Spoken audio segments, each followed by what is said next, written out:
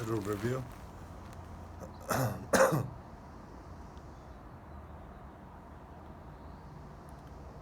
So propaganda can only succeed by following the structural elements of society, and its main task is the psychological reflection of these structures. And that's in two essential forms: the collective sociological presumptions and the social myths. And there are four great sociological presuppositions in the modern world. Man's aim of life is happiness. Man is naturally good. History develops in endless progress, and that everything is matter. And similarly, there are five myths: the myth of work, the myth of happiness, the myth of the nation, the myth of youth, and the myth of the hero.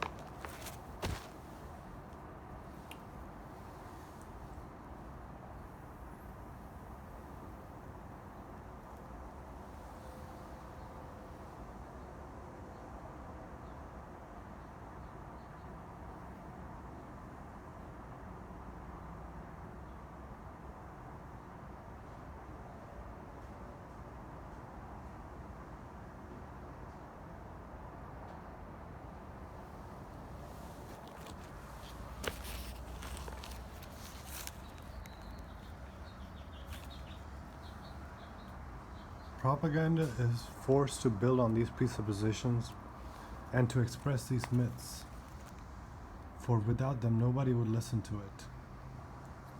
And in so building, it must always go in the same direction as society. It can only reinforce society.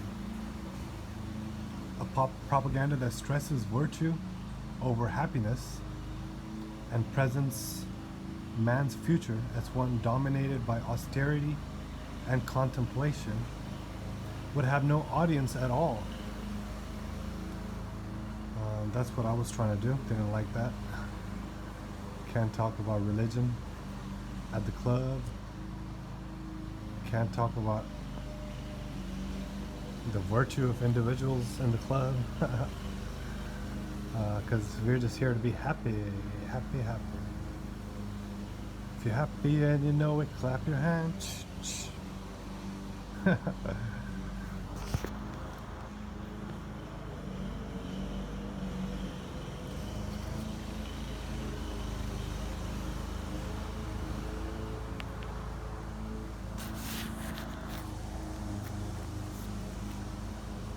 So that's what I say about the RAG 2030. It reflects AG 2030, which is Agenda 2030. And Agenda 21 had been about austerity and making the bourgeois join the proletariat in absolute poverty. And that's what's going on today. A propaganda that questions progress or work. These are the myths.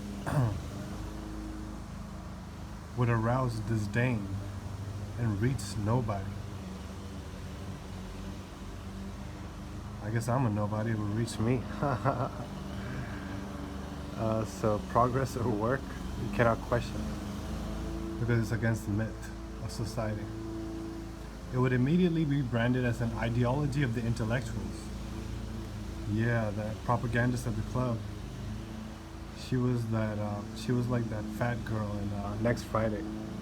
You know, the Day had a girlfriend, and the girlfriend had a fat friend who was slightly younger but more vicious. Yeah, so that's what I had at the club, and that intellect. She branded me as an intellectual or a know-it-all, and a judgmental asshole. So that's because I was questioning progress and work and happiness. How dare I? So I was branded as a nutcase intellectual with far-reaching ideas, far-out ideas. Since most people feel that these serious things are material things because they are related to labor and so on. So all the materialists got rid of the intellectualists. It is remarkable how the various presuppositions and aspects of myths complement each other, support each other, mutually defend each other. So the feminists, they like to promote all the liberal trends because all these myths, they complement each other, support each other, and mutually defend each other. If the propagandist attacks the network at one point, all myths react to the attack. So hence you get labeled as a terrorist or a hater and banned like a criminal with no due process and judgment by your peers. You're judged instead by the masses who are well conditioned with propaganda. The propaganda must be based on current beliefs and symbols to reach man and win him over. On the other hand, propaganda must also follow the general direction of evolution, which includes the belief in progress. So evolution and progress are tied in together. Alan Watt taught me that. So he also recommended this book actually. But it's a good book. So propaganda must also follow the general direction of evolution, which includes the belief in progress. A normal spontaneous evolution is more or less expected, even if man is completely unaware of it. And in order to succeed, propaganda must move in the direction of that evolution. Propaganda always has to be on top of things. That's why Google's and your smartphone is spying on you, keeping on top of the current trends. And all the other countries are also spying on you, because the internet is a free-for-all. It's a web.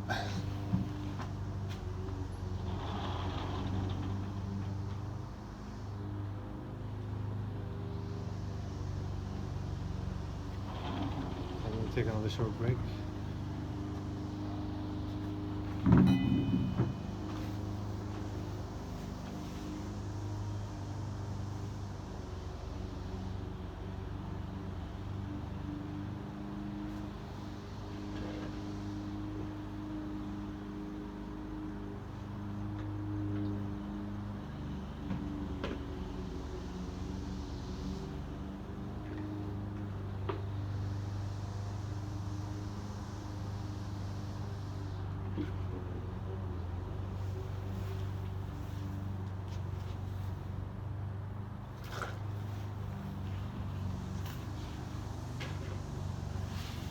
Alright, so the myths. Talking about the myths, y'all.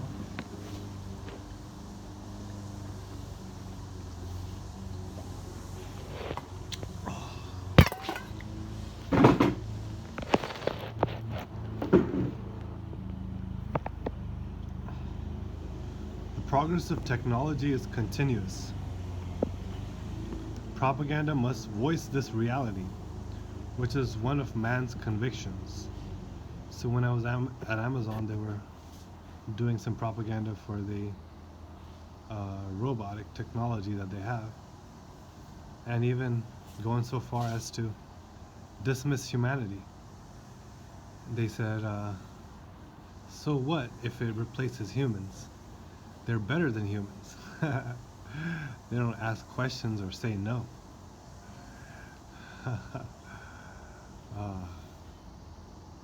Damn. Can't wait for my exotic Asian AI robo wife of the future. Just like Futurama. Alright, so yeah, so anyway, technology is great, and that's what propaganda must say. And propaganda must play on the fact that the nation will be industrialized. Indian people will remember this. This had been heavy propaganda of the 90s and so on. The nation will be progress, will make progress. More will be produced. Greater progress is imminent, and so on. So work and so forth. progress. Nation. It's all those myths. No propaganda can succeed if it defends outdated production methods or obsolete social or administrative institutions. So domestic violence was an old, obsolete social institution, part of the old social and administrative institution of marriage. But now it's a crime, just like a wife can say, my husband raped me, when in the past they used to be considered property and couldn't reasonably claim something like that. So propaganda can only succeed if it defends these outdated.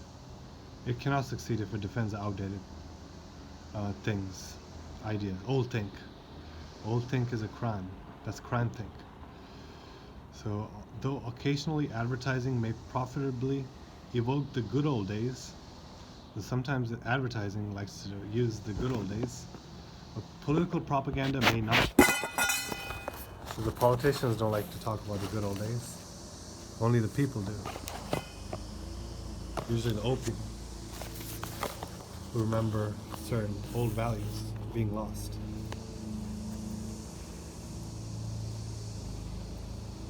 So, though occasionally advertising may profit, political propaganda may not.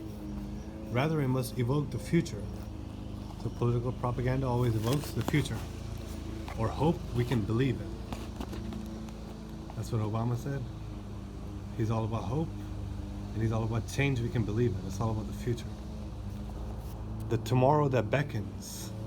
Precisely because, wow, I didn't realize Becky and beckon are the same word. That's funny. Precisely because such visions impel the individual to act.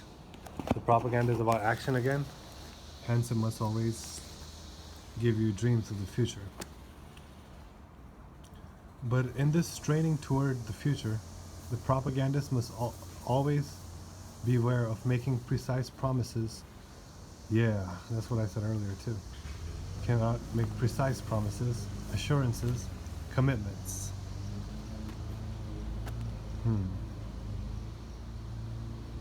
Assurances, commitments.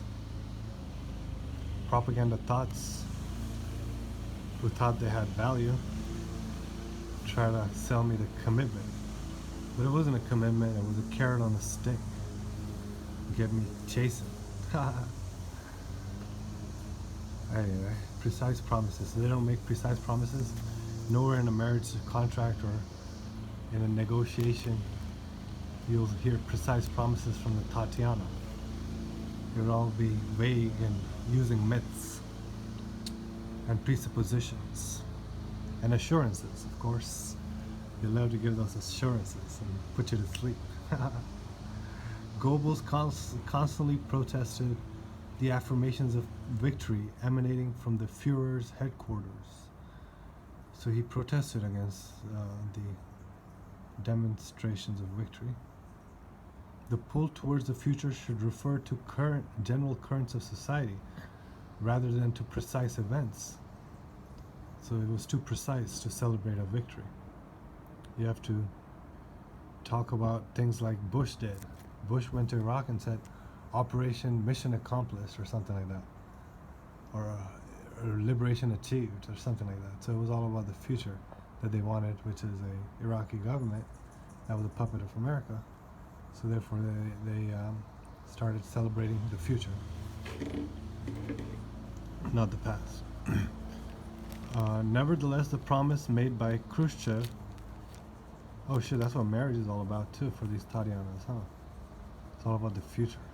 And if you listen to the song The Future by Leonard Cohen, you'll see what great things you have to look forward to, or that you are currently experiencing actually, because that song was made in the 1990s, at the same time as my previous book, Millennium. Nevertheless, the promise made by Khrushchev that communism would be achieved by 1980 leaves enough margin, for though the desired effect is obtained in 1961, the promise will be forgotten in 1980 if it has not been fulfilled. Yep. Put it all in the future. While everything's gets worse. So where are we at now? We're at the start. Top. Propaganda is carried along on this current and cannot oppose it. It must confirm it and reinforce it. Thus, propaganda will turn a normal feeling of patriotism into a raging nationalism.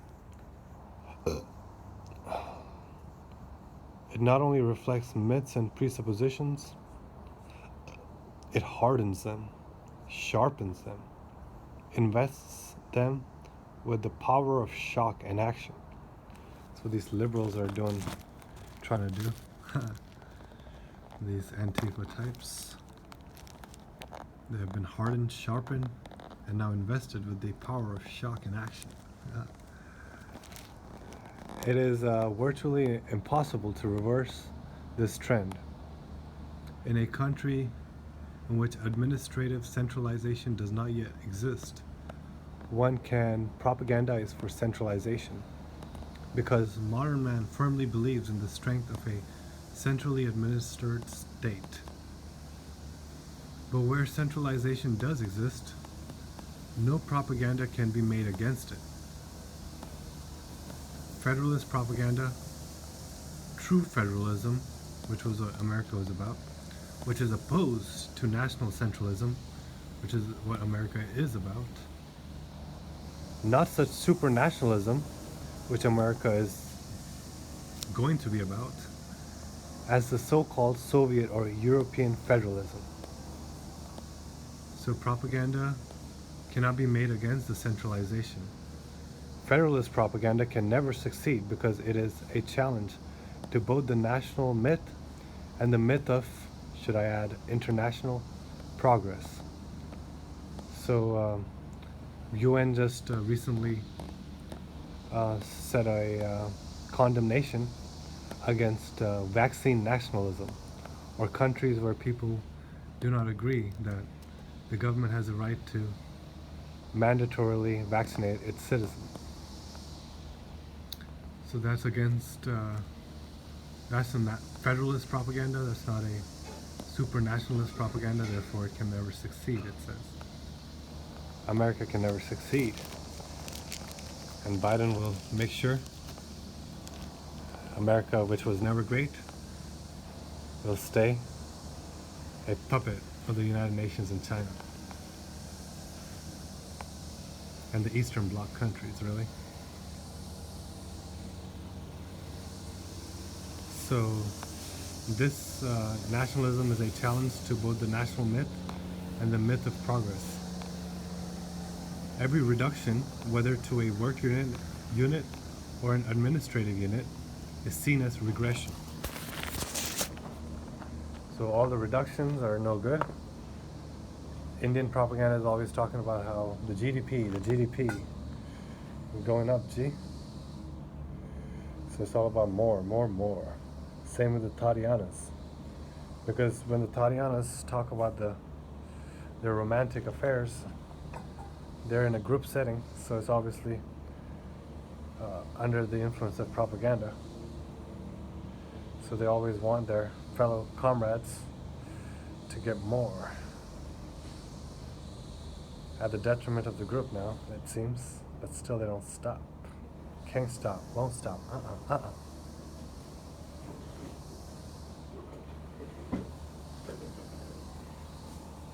Yeah. So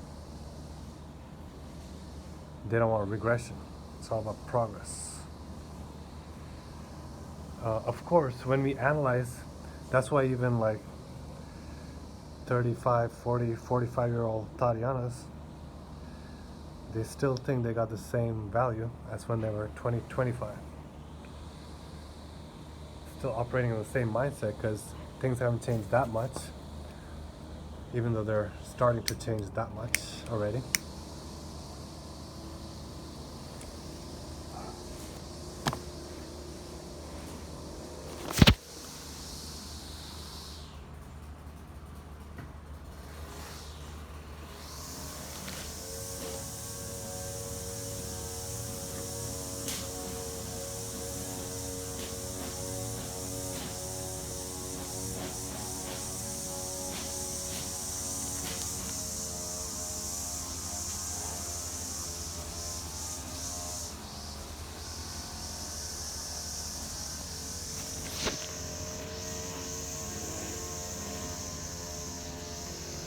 Of course, when we analyze this necessary subordination of propaganda to presuppositions and myths, we do not mean that propaganda must express them clearly all the time.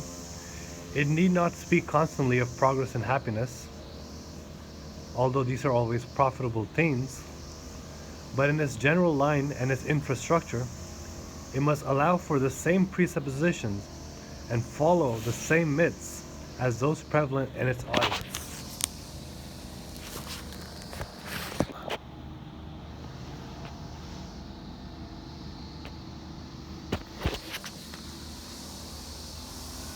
So he's saying they don't have to provide lip service to these themes and myths and presuppositions all the time, although they can use them for profit, but they must not contradict it, that's for sure. In the background, it must always be understood that these are the themes that we all follow.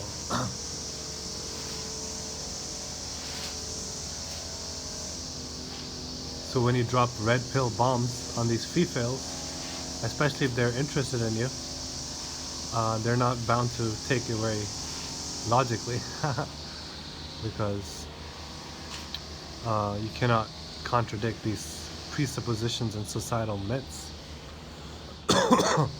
as you can see in the Jakasila commentary on propaganda.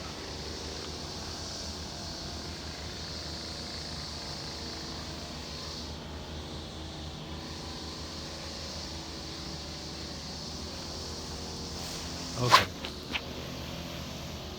There is some tacit agreement. For example, a speaker does not have to say that he believes man is good. This is clear from his behavior, language, and attitudes. And each man unconsciously feels that the others share the same presuppositions and myths. So yeah, especially when younger, I was saying in the last video, that people think that other people share their same presuppositions and myths. As we go through school and society, we all start to be conditioned towards these presuppositions and myths, and then now we unconsciously feel that everyone shares the same things. And if they don't, then they're the bad guy, right? That's how I found out.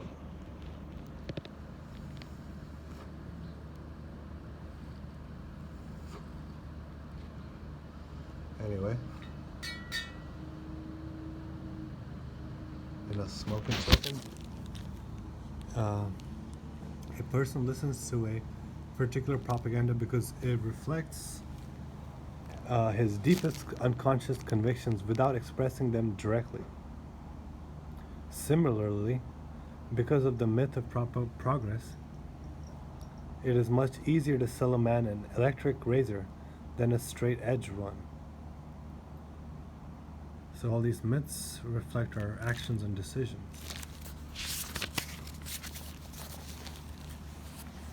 Finally, alongside the fundamental currents reflected in presuppositions and myths, we must consider two other elements. Obviously, the material character of society and its evolution as fundamental sociological currents are linked to its very structure. So the fact that females have invaded all our male space, we have to accept their myths and presuppositions at all times because they're part of the very structure. They won't let us be. So we don't have any other mental frame of reference. So now we consider two other elements: the material character of a society and its evolution, and its fundamental sociological currents are linked to its very structure. Propaganda must operate in line with those material currents and at the level of material progress. It must be associated with all economic, administrative, political, and educational development. Otherwise, it is nothing. So if you're not associated with development, you're nothing.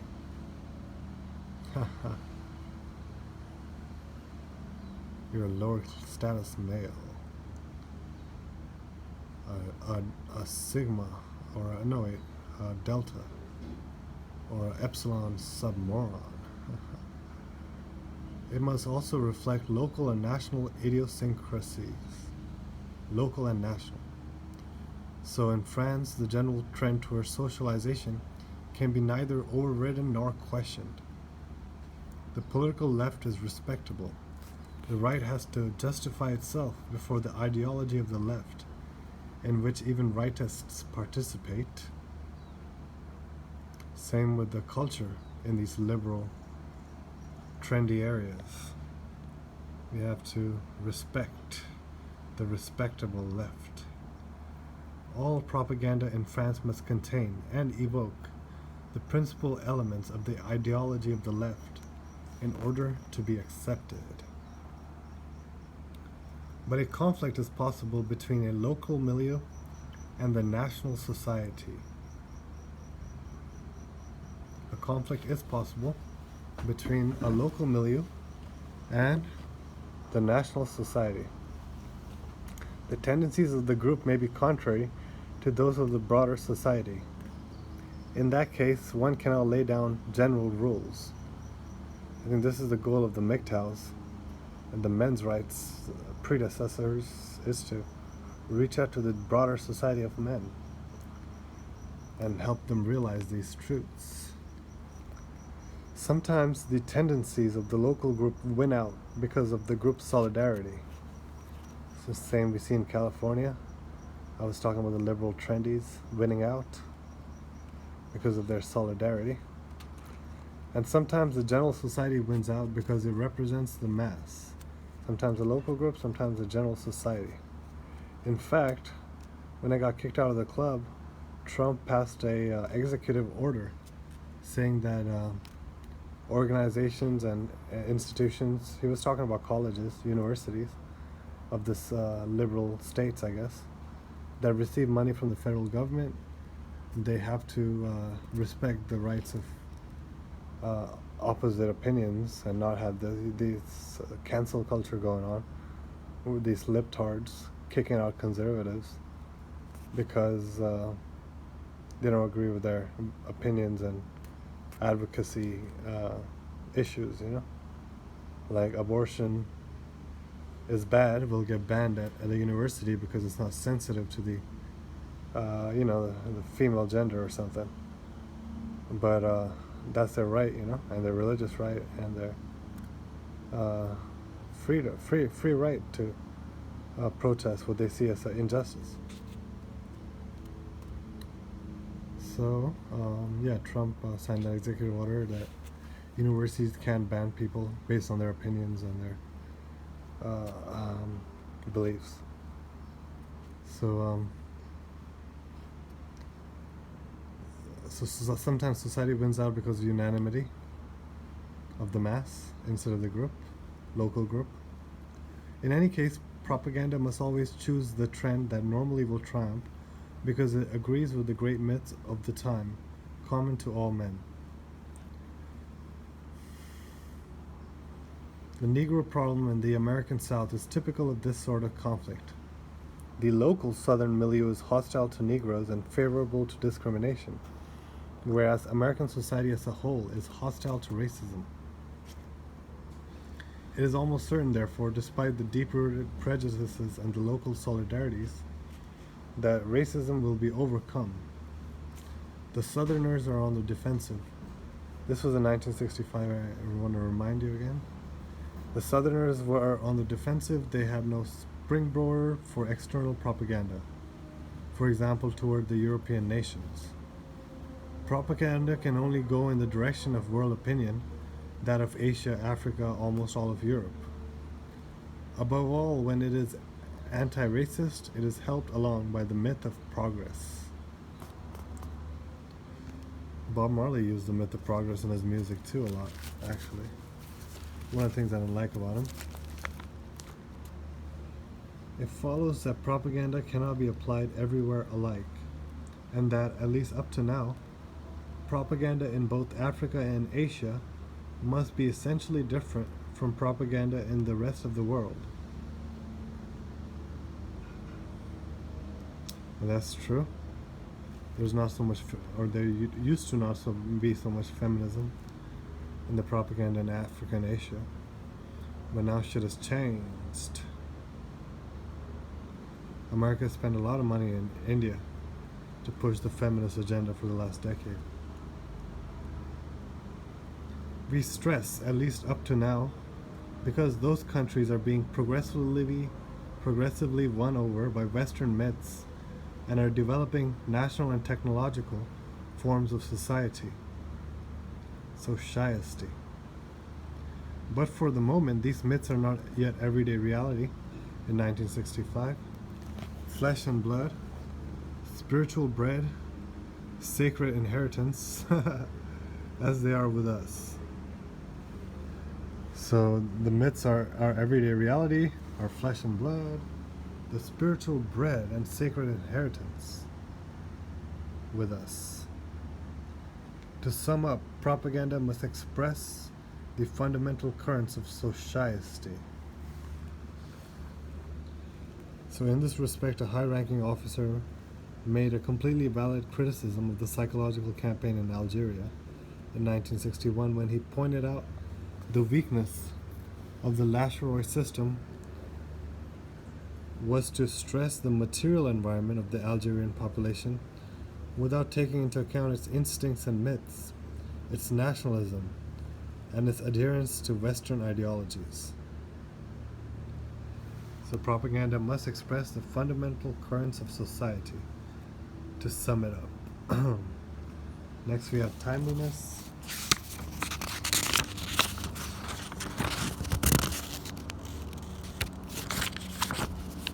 Which is more than 5-6 pages. 1, 2, 3, 4, 5, 6 pages. Next section.